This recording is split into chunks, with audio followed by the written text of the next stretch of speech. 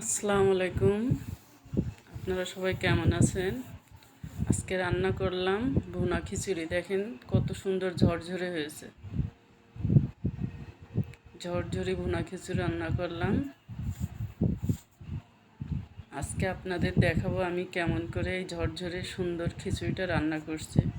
প্রথমে চুলায় কড়াই বসিয়ে তেল গরম করে নিয়ে দিলাম 3টা তেজপাতা, 3 টুকরা গরম মশলা, 4টা এলাচ, 4-5টা লং, এগুলো একটু ভেজে নিচ্ছি।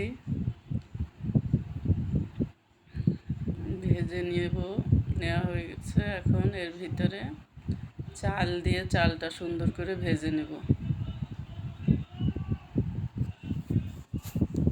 চালটা সুন্দর করে ভেজে নিচ্ছি। ভাজার সময় খেয়াল রাখতে হবে যেন নিচে পোড়া লেগে না যায়। চুলার পাওয়ারটা একটু কমিয়ে দিতে হবে। নিচে পুড়ে গেলে পোড়া একটা গন্ধ, খিচুড়িটা খাওয়ার সময় গন্ধ বেরোবে, ভালো লাগবে না।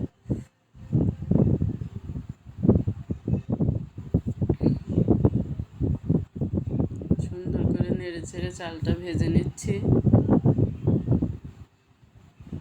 এখানে কিন্তু আমি বেশি কোনো মশলাই ব্যবহার করব না। এখন পানি দিয়ে দিচ্ছি পরিমাণ মতো। একটু নাড়াচাড়া করে নিচ্ছি সুন্দর করে। এখন আরও কিছু পানি অ্যাড করা লাগবে। তারপরে পেঁয়াজ রসুন সব কাটা, আস্ত জিরা দিছি, দিয়ে সব সুন্দর করে নেড়ে ছেড়ে মিশিয়ে নিচ্ছি।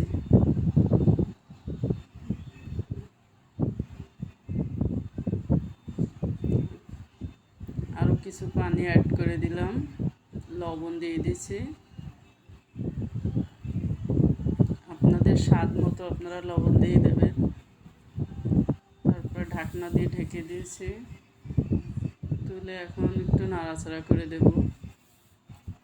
এখন দিয়ে দিলাম কিছু কাঁচামরিচ।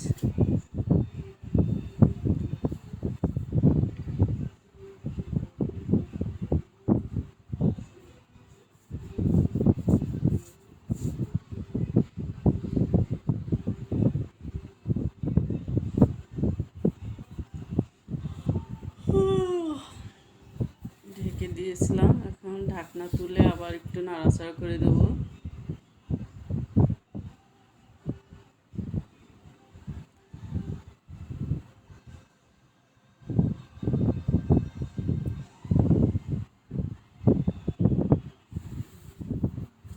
পানিটা শুকিয়ে গেছে। দেখেন খিচুড়ি আমার প্রায় রান্নার শেষের দিকে।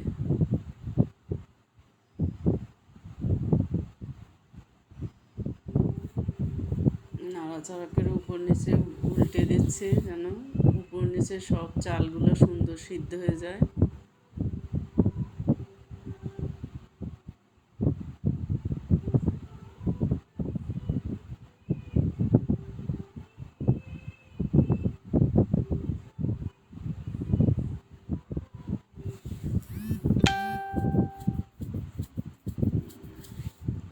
আমি ঢাকনা দিয়ে কিছু সময়ের জন্য ঢেকে রেখেছিলাম। ঢাকনা উঠিয়ে এখন আবার নাড়াচাড়া করে নিচ্ছি।